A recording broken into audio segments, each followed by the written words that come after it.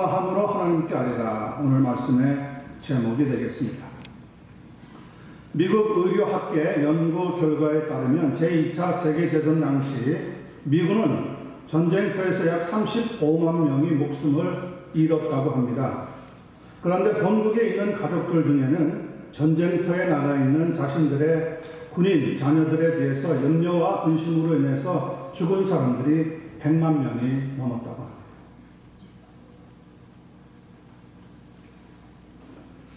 1980년대까지만 해도 사람들의 주요 사망 원인은 거의 모두가 바이러스에 의한 질병 때문에 세상을 떠났습니다. 그러나 오늘날은 대부분 스트레스와 관계되는 질병에 걸려서 죽어가고 있다고 합니다. 요즘 많은 사람들이 심각하게 생각하는 공황장애를 생각해 보아도 그렇습니다. 흔히 연예인들이 호소하는 병으로 알려져 있지만 그 사람들만이 아니라 교수, 의사, 간호사, 목사, 정치가들에게서도 나타나고 있는 것이 이 심각한 공황장애라고 하는 병입니다. 공황장애는 극단적으로 말해서 혹시 내가 이러다가 혹은 죽지 않을까, 혹은 모든 걸 다 놓치지 않을까, 이런 불안해하는 스트레스성 병이라고 합니다. 그래서 모든 상황을 자꾸 불리한 쪽으로 연결시켜 나갈 거예요. 여러분들에게는 그런 일이 없기를 주님의 이름으로 간절히 축원합니다. 스트레스는 사람이 살아가면서 심한 고통과 아픔을 당했을 때 정신적으로 혹은 감정적으로 육체적으로 그리고 행동적으로 나타나고 있는 반응을 의미합니다. 이것을 감당하지 못할 때 그러나 큰 문제로 이어지게 되는 겁니다. 성경을 연구해 보면 스트레스라고 하는 말은 발견되지 않습니다. 그런 단어를 그때는 사용할 때가 아니었으니까요. 그러나 스트레스를 받은 사람들은 곳곳에서 살펴볼 수가 있습니다. 출애굽기 32장 32절을 보면 민족의 지도자였던 모세라고 하는 사람이 하나님 앞에 이렇게 기도하고 있습니다. 원하건대 주께서 기록하신 책에서 내 이름을 지워 버려 주시옵소서. 광야 40년 동안 쉴 새 없이 원망하고 하나님께 불순종하는 이스라엘 백성들 때문에 모세는 과도한 스트레스로 몸살을 앓았다고 하는 것을 알 수가 있습니다. 열왕기상 19장 4절에 보면 이세벨 여왕이 선지자를 잡으려고 할 때 이사야 선지자는 한 로뎀 나무 아래에 앉아서 죽기를 원하면서 이렇게 하나님께 기도하고 있습니다. 여호와여 넉넉하오니 이제 내 생명을 거두시옵소서. 나는 내 조상들보다 낫지 못하나이다. 가뜩이나 바알 선지자들로부터 힘든 일들을 겪고 있는데 왕실에서도 자기를 적대시하면서 괴롭힐 때 이사야 선지자가 스트레스를 너무 많이 받아서 차라리 죽었으면 좋겠다고 하나님께 때를 쓰면서 기도했다고 하는 내용입니다. 마가복음 14장 34절을 보면 우리 주님 예수님께서도 겟세마네 동산으로 가실 때 심히 놀라고 슬퍼하시면서 이렇게 제자들에게 말씀하고 계십니다. 내 마음이 심히 고민하여 죽게 되었으니 너희는 여기 머물러 깨어 있으라. 인류의 대속을 위해서 십자가를 지시기로 순종하셨지만 예수님이 입고 있던 그 육체는 스트레스를 견디기가 어려웠었다는 것을 우리에게 잘 보여주고 있는 내용들입니다. 그렇습니다. 이 세상에 그 누구도 스트레스를 받지 않고 살아갈 수는 없습니다. 다만 우리가 받게 되는 스트레스를 어떻게 하면 줄일 수 있고 또 그것을 극복해 나갈 수 있느냐 하는 것이 중요합니다. 왜냐하면 스트레스는 죄가 아니기 때문에 그렇습니다. 스트레스는 모든 사람들에게 이 세상을 살아가는 인생의 한복판에서 만나게 되는 어려움들입니다. 잠언서 17장 22절에 보면 마음의 즐거움은 양약이라도 심령의 근심은 뼈를 마르게 한다고 하고 있습니다. 이 양약과 같은 마음의 즐거움을 어떻게 하면 얻어서 이 스트레스를 우리가 극복해 나갈 수 있는가? 오늘 주어져 있는 본문 말씀을 살펴볼 때에 위에서부터 하나님의 은혜가 우리 모두에게 크게 넘치고 또 넘치게 되기를 간절히 축원합니다. 먼저 4절 말씀입니다. 주 안에서 항상 기뻐하라. 내가 다시 말하노니 기뻐하라. 마음의 양약과 같은 즐거움을 얻을 수 있는 첫 번째 지혜의 말씀, 하나님의 말씀이 우리에게 소개되고 있습니다. 항상 주 안에서 기뻐하라는 겁니다. 두 번이나 기뻐하라고 말씀하고 있고 항상 기뻐하라고 또 말씀을 하고 있습니다. 이 말씀은 스트레스를 받을 때라도 삶에 대해서 긍정적인 자세를 가져야 한다고 하는 의미입니다. 스트레스를 받을 때 내가 취할 수 있는 자세가 둘 중에 하나입니다. 하나는 긍정적으로 대하는 자세이고 또 하나는 부정적으로 대하는 자세입니다. 부정적으로 대하는 것은 우리의 원래 기질이기 때문에 특별한 훈련이 따로 필요가 없습니다. 그냥 우리 기질대로 스트레스가 올 때 화내고 우울해지고 신경질 내고 하면 되는 거예요. 그러나 긍정적으로 대하는 것은 상당히 생각하는 훈련이 필요합니다. 그럴 때 여러분 로마서 8장 28절을 꼭 기억해 주시기를 바랍니다.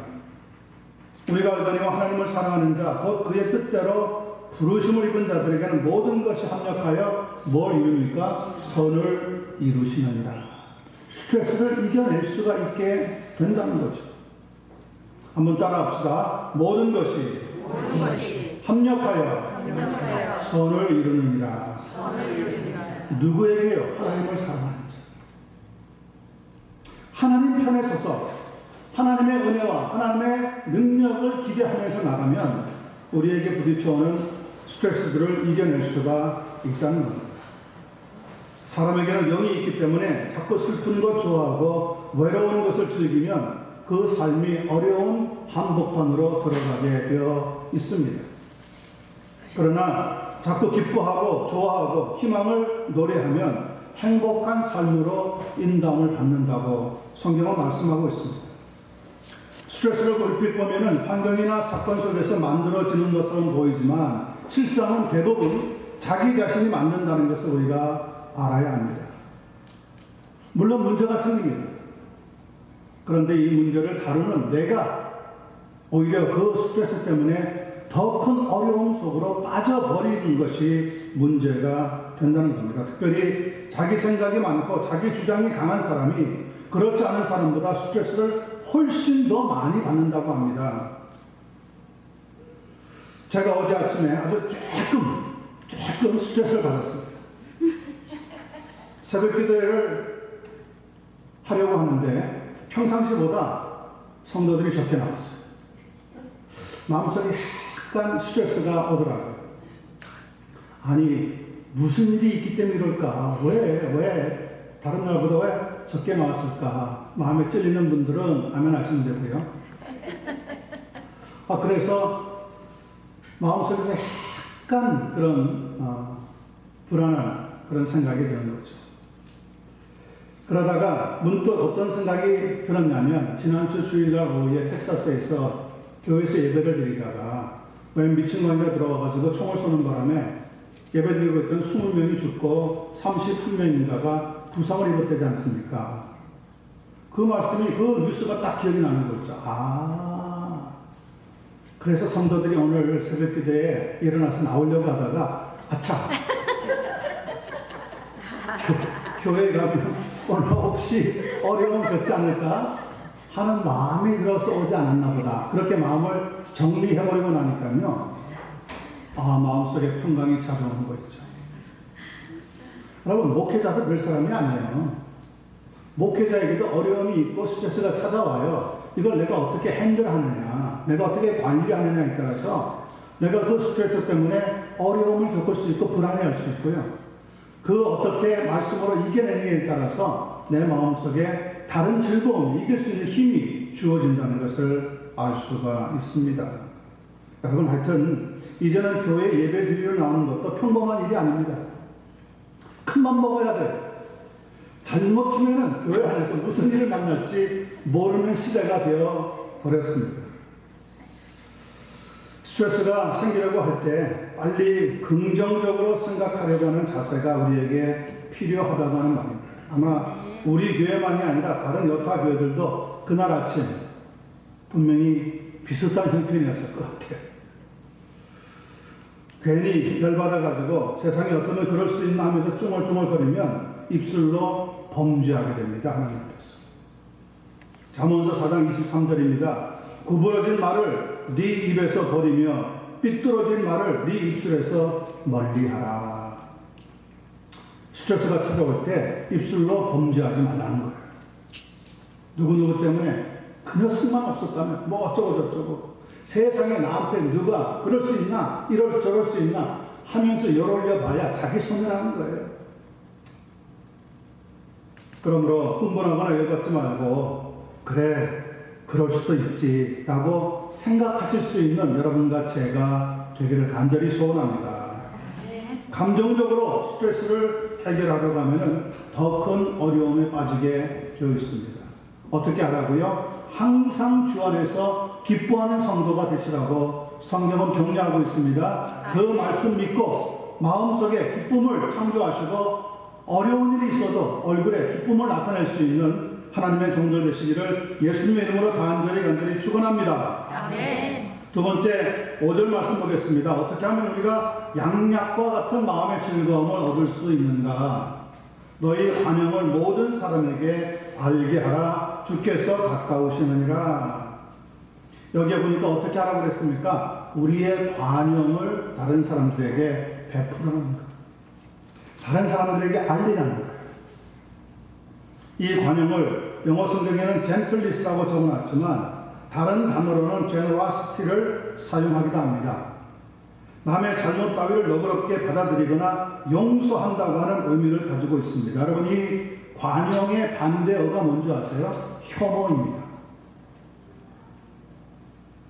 그리고 이 혐오에서 믿음이 생기고요. 미움이 생기면 인종차별이 만들어지고요. 나중에 극단적인 성향의 기질까지도 더해지게 된다고 합니다. 혐오가 있는 사회에서는 같이 공존할 수 없는 사람들이 생길 수밖에 없게 되어집니다. 여러분 역사를 조금이라도 배운 사람이 있다면 나치의 히틀러가 얼마나 많은 유대인들을 혐오하고 죽였는지 알 수가 있습니다. 히틀러는 자기 눈에 보기 싫다고 해서 유대인들을 사방 각지에서 불러 모아가지고 덕게스실에 집어넣어서 죽였는데 얼마나 죽였느냐? 600만 명을 죽였습니다.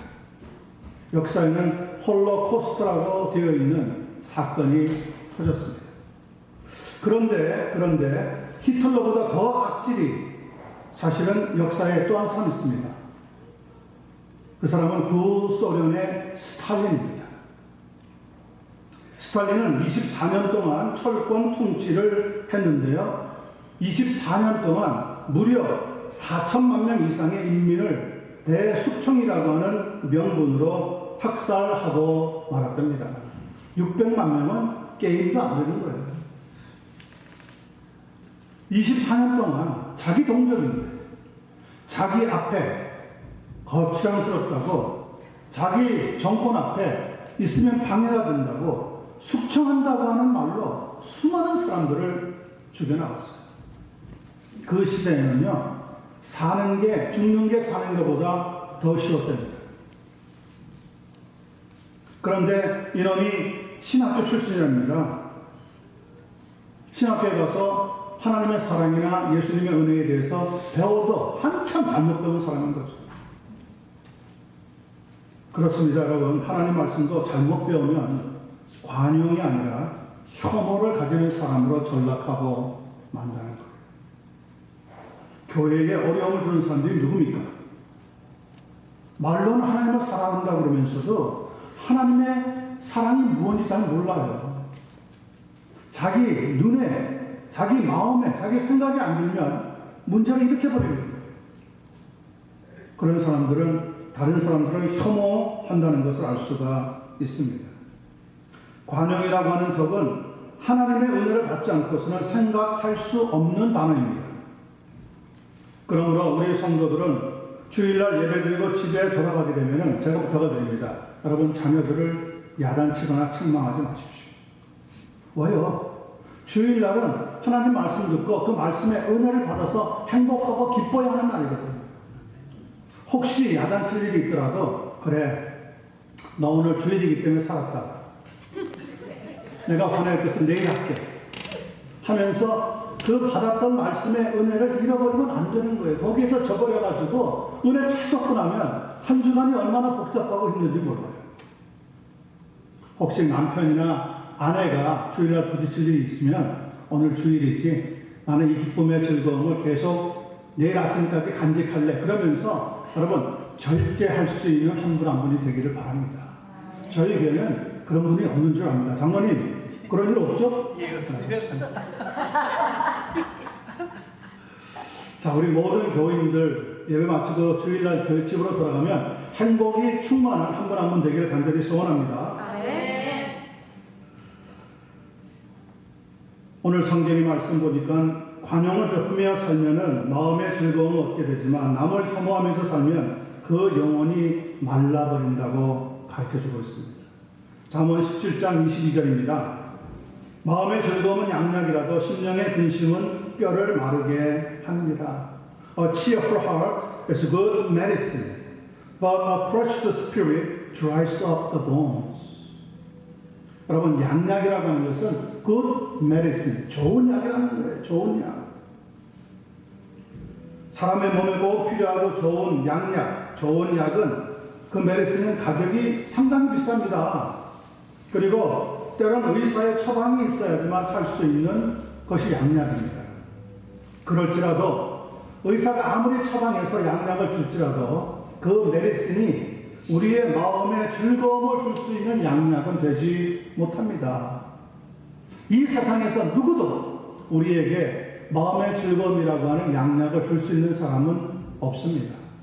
오직 우리를 만드시고 우리의 몸의 상태와 우리의 모든 기질을 잘 아시는 하나님만이 주실 수 있는 은혜의 선물인 줄로 믿습니다. 빌립보서 4장 13절입니다. 내게 능력 주시는 자 안에서 내가 모든 것을 할 수 있느니라. 이 말씀은 스트레스와 특별히 관계가 되는 말씀입니다. 영어 성경에 이렇게 적어 놨어요. I can do everything through Him who gives me strength. 우리 주님은 스트레스를 주시는 분이 아니라 무엇을 주신다고 하셨습니까? He gives me strength. 스트레스가 아니라 strength를 주시는 분이 우리 주님이라고 말씀하고 있어요. 사람은 뭘 줍니까? 사람은 스트레스를 줍니다. 주님은 뭘 줍니까? strength를 줍니다. 스트레스와 스트렝스의 차이는 엄청납니다.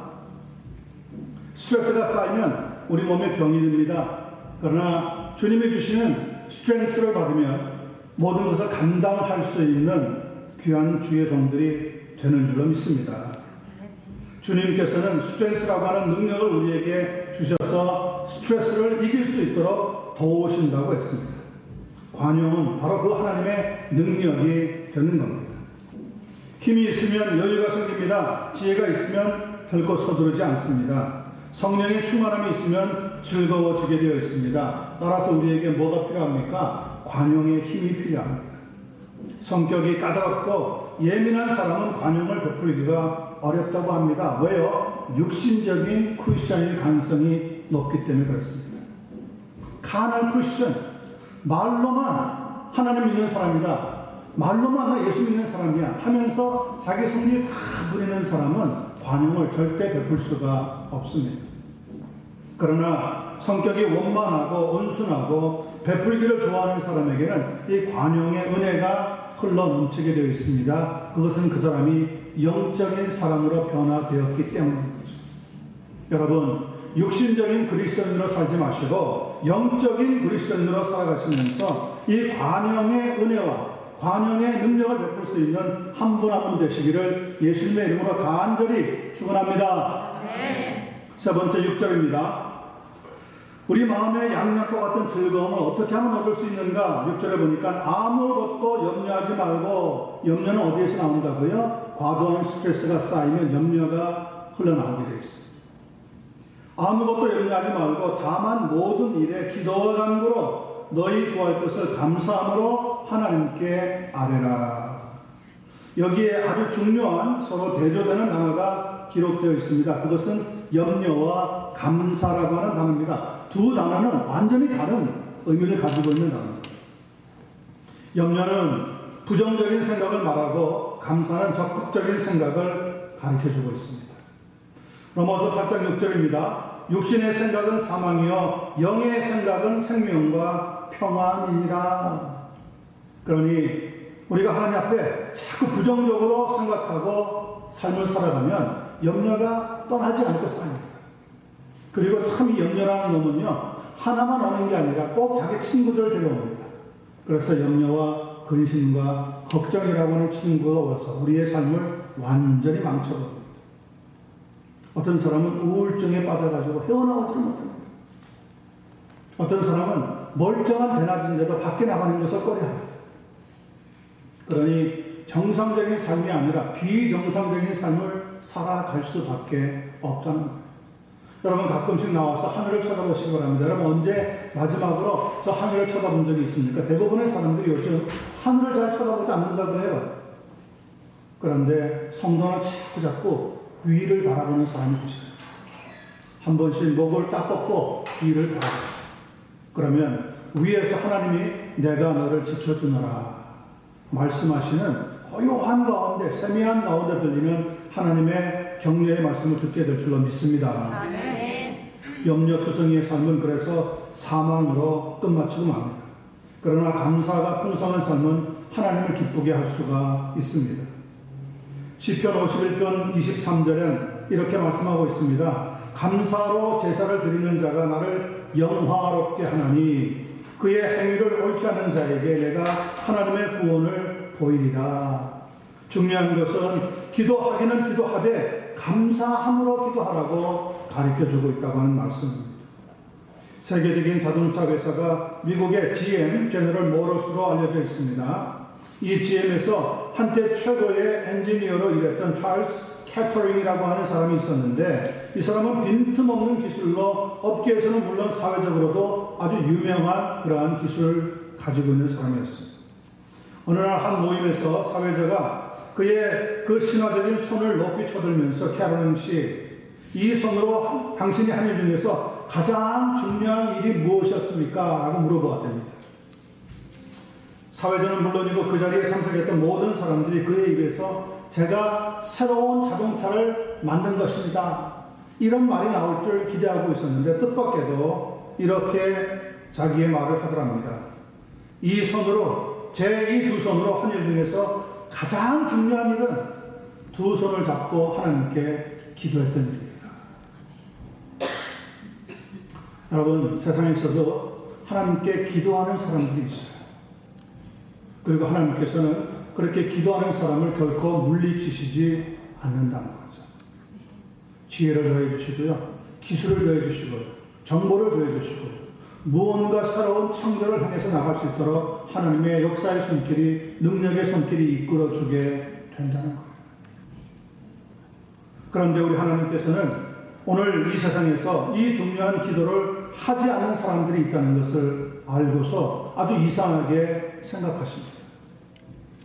두 가지 이유 때문에 그렇다고 합니다. 첫 번째는 분명히 하나님이 존재하시는데도 하나님을 믿지 않기 때문에 사람들이 기도하지 않는다는 거죠. 사람들은 단순히 하나님이 보이지 않는다고 하는 이유로 하나님의 존재를 부인하는 우를 범하고 있다고 하는 이야기입니다. 그러나 하나님을 경험한 수많은 성도들의 증언이 지금도 나타나고 있습니다. 난 하나님이 이렇게 은혜 베풀어 주셨어. 난 하나님이 이렇게 내게 능력 주셨어. 하나님이 내게 이런 은혜를 주셨어. 그 고백하는 성도들의 간증만 모아도 아마 하늘과 땅을 채울 만큼 될 겁니다. 그 속에 하나님이 지금도 살아계시고 존재하고 있다고 하는 것을 우리에게 가르쳐주고 있다고 하는 거죠. 여러분들은 불신앙으로 삶을 살아가지 마시고 하나님의 능력을 체험하면서 하나님의 존재를 인정할 수 있는 살아있는 생명의 믿음의 삶을 되시기를 간절히 축원합니다. 아멘. 마가복음 6장 5절 6절 보면 예수님께서 고향이었던 갈릴리에 가셨는데 그곳에 있는 사람들이 하나님의 능력을 나타내시는 예수님을 믿지 않더랍니다. 그래서 그들의 믿지 않음을 이상히 여기시면서 그 동네에서 더는 하나님의 능력의 역사를 나타내시지 않았다는 거예요. 여러분, 우리가 기도의 능력을 믿지 않으면 하나님은 능력을 나타내시지 않습니다. 여러분의 삶에, 여러분의 가정에, 우리가 머물고 있는 교회와 사회에 하나님은 능력을 베풀어 주시지 않습니다. 에이, 목사님, 어디 어떤 세상인데 지금 기적을 기대합니까? 아마 하나님도 이제는 기적을 하도 들어주시다가 피곤해서 이제는 더 이상 안 베풀어 주실지도 모릅니다. 여러분, 그런 멍멍하는 헛소리에 귀 기울이지 마시기 바랍니다. 하나님은요, 마지막 때가 되면 될수록 더 많은 능력을 우리에게 베풀어 주시겠다라고 약속하고 있는 분인 것을 굳게 믿으시길 바랍니다. 두 번째, 하나님의 존재만 믿지 않는 게 아니라 두 번째는 그 하나님 앞에 기도하지 않는 성도들도 하나님을 이상하게 여긴다고 성경은 말씀하고 있습니다. 이사야서 59장 16절에 보니까 이 세상에 중재자가 없음을 하나님이 이상히 여기셨더라 가르쳐주고 있습니다. 어떻게 많은 성도들이 그토록 자주 실패하는지 아십니까? 기도한다고 하면서도 기도하지 않기 때문에 그렇습니다. 저는 저희 교회에서 9시 40분 되면 벌써 이제 곧 기도할 시간입니다 하고 카톡을 통해서 기도의 내용들 하자고 연락이 오는 것을 얼마나 감사합니다. 매일 하루에 한 번 기도합시다 하고 그 소리가 뜩 들어오지 않으면 섭섭해요. 그리고 일 났구나, 무슨 일이 있나 보다 이런 생각이 들어요. 어떤 때는요 1시간 먼저 올 때도 있어요. 8시 40분에 딱 와요. 시간이 아직 안 됐는데. 그러면 또 한 번 더 메시지가 옵니다. 제가 시간을 잘못 여러분에게 전달했습니다. 정정합니다. 1시간 뒤에 기도하는 시간입니다. 참 얼마나 그 기도의 시간을 알려주는 게 귀하지 몰라요. 여러분, 그러면 억지로라도 짧은 시간이라도 그 시간에 교회 안에 특별히 어려움을 겪고 있는 성도들을 기억하면서 기도하게 된다는 거죠. 그리고 하나님은 이 기도하는 백성들을 절대로 버리시지 않습니다. 아멘. 하나님은 어떻게 하든지 땅에서 올라오는 기도를 들으시고 그 기도에 응답하시기를 원하십니다. 그러므로 여러분과 제가 이 세상을 다스리고 통치하시는 하나님의 손길의 능력을 얻기 위해서는 기도하고 또 기도할 수 있는 성도가 되시기를 바랍니다. 기도하되 감사함으로 기도하라 그랬어요. 입에 불평 달고 비판하고 잔소리하고 이러쿵저러쿵 떠들어봐야 하나님의 능력을 요만큼도 움직일 수가 없습니다. 우리는 감사하고 또 감사하는 심령으로 하나님 앞에 기도해야 될 줄로 믿습니다. 원래 사람들은 하나님과 대화하면서 기도하지 않아도 교제를 나눌 수 있는 그런 귀한 신분을 가지고 있었습니다.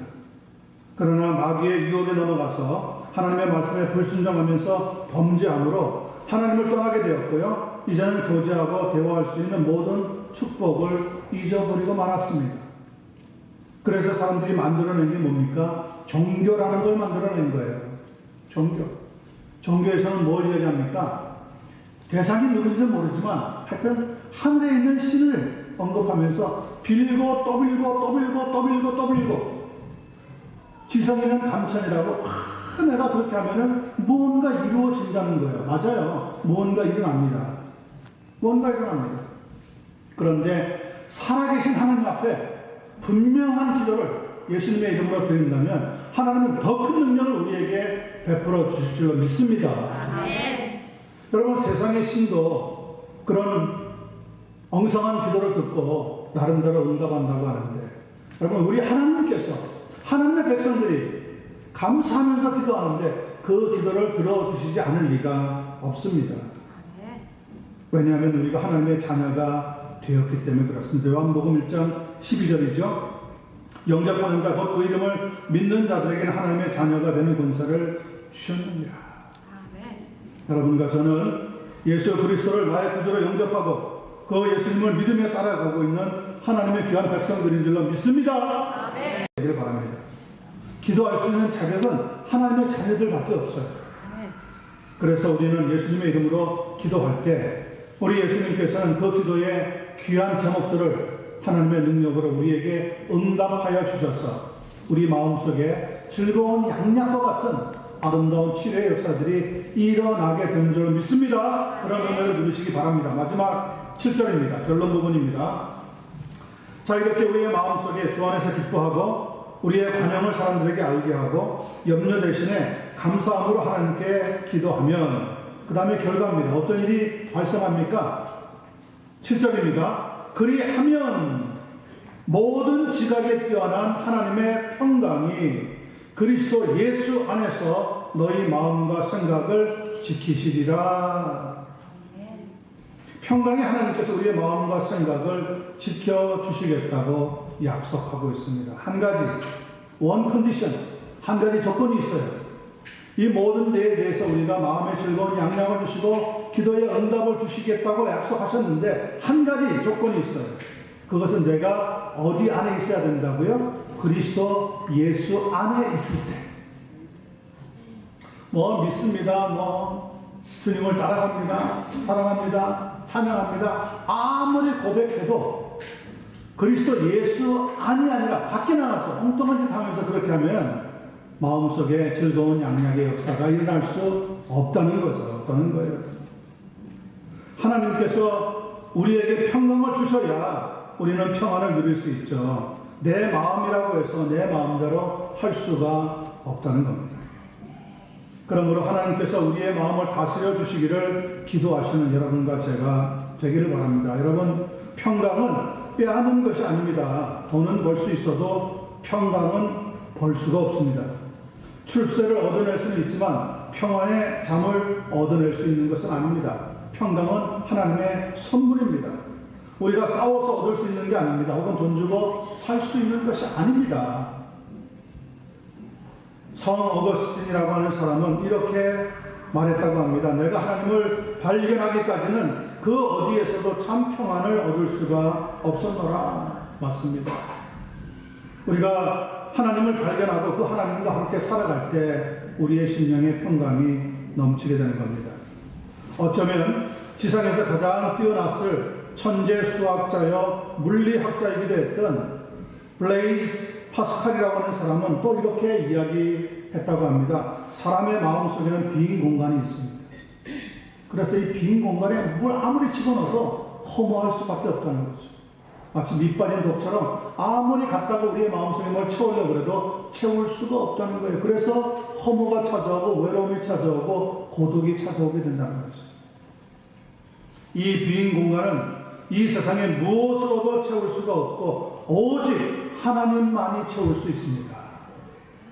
예수 그리스도를 정말 발견한 사람은, 정말 만난 사람들은 이런 분명한 고백을 하고 있다고 합니다. 하나님을 만나기 전까지는 결코 우리의 심령에 평강은 얻을 수가 없습니다. 요한복음 14장 27절입니다. 평안을 너희에게 끼치노니 곧 나의 평안을 너희에게 주노라. 내가 너희에게 주는 것은 세상이 주는 것과 같이 아니하니라. 그러므로 너희는 마음에 근심하지도 말고 두려워하지도 말라. 성도 여러분, 돈이 있으면 평안이 있고 돈이 없으면 불안해지는 겁니까? 그렇지 않습니다. 환경이 좋으면 평안해지고 환경이 나쁘면 불안해지는 겁니까? 아닙니다. 물질이나 환경이 조금 우리에게 영향을 끼칠 수는 있지만 그런 것은 평강과 아무런 관계가 없습니다. 하나님께서 우리의 심령에, 우리의 마음에 평강의 은혜를 더하여 주셔야 된다는 거죠. 잠언서 4장 22절 23절은 그래서 우리에게 이렇게 말씀하고 있습니다. 모든 지킬 것만한 것 중에서 더욱 네 마음을 지키라. 생명의 근원이 이에서 나느니라. 여러분, 내 마음을 다른 사람이 지켜주지 않습니다. 내 마음에 스트레스가 왔을 때 부정적으로 반응을 하면 결국 부정적인 삶으로 나갈 수밖에 없습니다. 그러나 긍정적인 반응을 하면서 주 안에서 기뻐하시고 관용의 모든 우리의 덕을 널리 알리게 되어지고 염려 대신에 하나님 앞에 감사함으로 기도하면 그리스도 예수 안에서 하나님께서 우리의 마음과 생각을 지켜주셔서 평강의 평강으로 이루면서 마음의 즐거운 것 같은 양약의 역사가 일어나게 되는 줄로 믿습니다. 아멘. 믿습니까? 아멘. 예수님을 분명히 믿으시고 그 예수님을 붙잡으시고 그 예수님과 함께 매일매일 행복한 발걸음을 옮길 수 있는 성도 여러분 한 분 한 분 되시기를 우리 주님 예수님의 이름으로 간절히 축원합니다. 아멘. 기도하겠습니다. 우리 하나님 감사하고